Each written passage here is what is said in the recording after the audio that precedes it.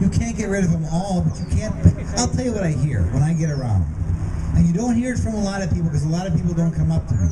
But I hear complaints from women who tell me that their sister who didn't get married is better off than them.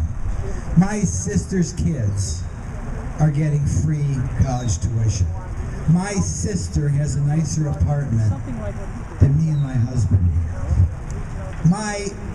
The gal walking through the Sendix checkout over there is buying food that the clerk behind the counter can't afford. Okay? Your government health care is better than your average health. Your government provided free health care is better because there's less deductible or copay than the health care you get if you're working. I mean, right down the line, the benefits for doing it wrong are better than doing it right for far too many people. And by the way, a problem we have in this country is that insofar as this issue is being addressed, the issue is being addressed by people who think these benefits aren't great enough. It's really true. The Republicans aren't coming out saying reduce these benefits. The liberals are saying these should be greater. Now, one thing I want to tell you about too. So when you understand, where was I reading this day? They talk about people in poverty. In poverty. When you look at these benefits, the reason they're entitled to $38,000 a year in tax-free benefits is because people are in poverty. Right. When I thought of poverty growing up, I thought of these ads where you send like $5 a month to some child in Bangladesh, and the child had a puffed out stomach and no ribs and such. Poverty in America usually means apartment, air conditioning, color TV, cell phone. When you hear these goofs from the Journal Sentinel talk about people in poverty, there are a few people in poverty, but not many. Most people in poverty, people would die from around the world to come in here and be in poverty in the United States of America. Any other questions? Where? I hear some here, yes.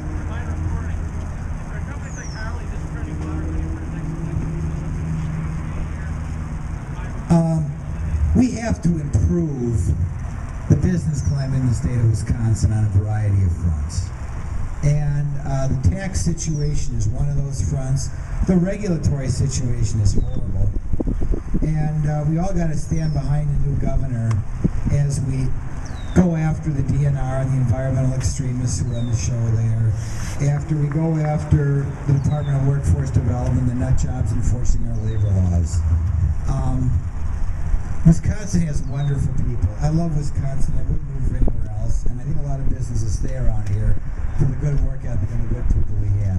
But Scott Walker's going to have to crack down on this bureaucracy. We all got to stand, or Mark Newman, and we got to stand behind him when they do it.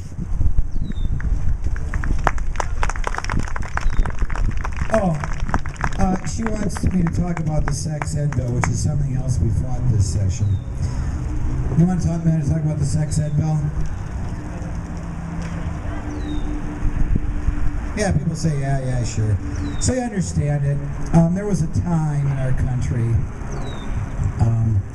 in which I guess we used to call the birds and the bees, where something the parents were supposed to talk about with the children. Then it was decided that maybe they ought to have a little sex ed in the schools. They last year passed a bill in the state legislature. The proponents of the bill basically said we ought to have pretty graphic sex ed for 6th graders. Among other things, we ought to talk about homosexuality in a non-judgmental way. Obviously talk about sexual activity in a non-judgmental way as long as nobody gets pregnant. I have a feeling there were about 0% of the parents who talked to their 6th graders about sexuality in a non-judgmental way. The criminal system does not talk about it in a non-judgmental way. I mean, if a 15-year-old has sex with an 18-year-old, that 18-year-old can wind up being a sex offender for the rest of their life. But despite the fact that I don't think the parents are non-judgmental, and despite the fact that our district attorneys are not non-judgmental, this past session we passed a bill largely requiring your school boards who are teaching the kids in the next generation to be very non-judgmental. And it's something we got to watch. It's part of a larger problem, and that is our schools. And there's a lot of good school teachers, but largely our schools and even more our universities are very left-wing. And we're going to lose our country unless we get a hold of them too. Because, you know, the children are the next generation. I look out there and I see a lot of people who are my age and older, some younger people, which is great. But these young people are not learning what our country is about. And our schools are dropping the ball, and the universities are dropping the ball. There's some horrible things going on in these universities. So, but that's a little bit about the sex ed bill. It basically requires kind of a, what I'll call an anti-Christian sex education curriculum for our sixth graders. One more question. Yes, the guy in the striped shirt. Yeah. How about the term limits, and will we ever see the day when that happens? When what happens? Term limits. Oh. Get the right people in We've had term, I'll give you my honest opinion, probably wouldn't be a bad idea, but to me, it's time for change. We can't even afford to wait 10 years. You know, the Republicans ran on term limits in 92, in some states, 94, and some states put in term limits, and some congressmen left because of term limits. You cannot be fooled right now by gimmicks. We got about 2 to 4 years to change this country or it's sunk. Okay, I mean, that's just blood. When I look at the level of debt in this country, when I look how in hoc we are to the Chinese, when I look at all the money that is going out of this country, and then when I look at the total breakdown of the family and the racialization of our culture, I'm serious. You know, you can say these guys coming in now should only be there for 6 or 12 years. In 12 years, we're shot. They got to do something now.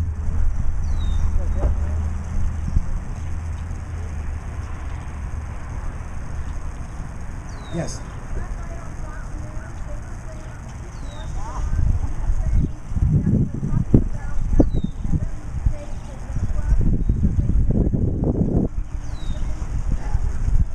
Like who would be going bankrupt?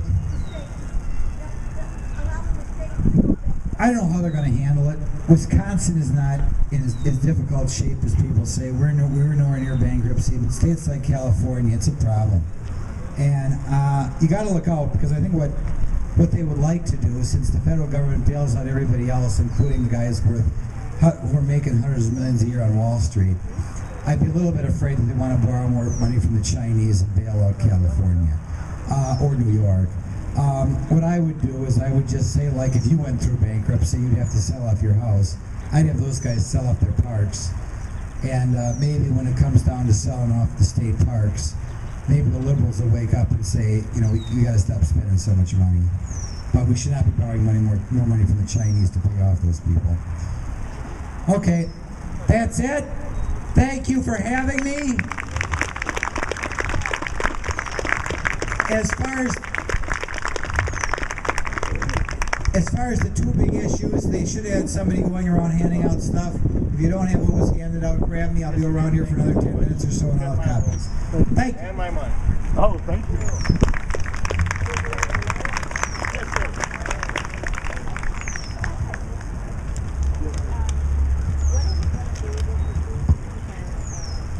Okay, I'm still looking for Kristen Powers. Is she here yet? Okay, I thought she'd be here by now. I'll go ahead and open it up for anyone else that wants to come up and speak. If not, I can speak on some things. Some of you may not know, I'm a recently elected school board member in Germantown. And I'll get to that in a minute. I want this gentleman to come up here and speak. We have Dr. Chuck Messick. And there were some things he wanted to come up and speak as a citizen. So here he goes. Thank you. I wasn't planning on speaking today, but I'm here. So a couple reasons why I thought it's a couple things I'd like to mention. I run a mental health, Christian faith-based mental health agency that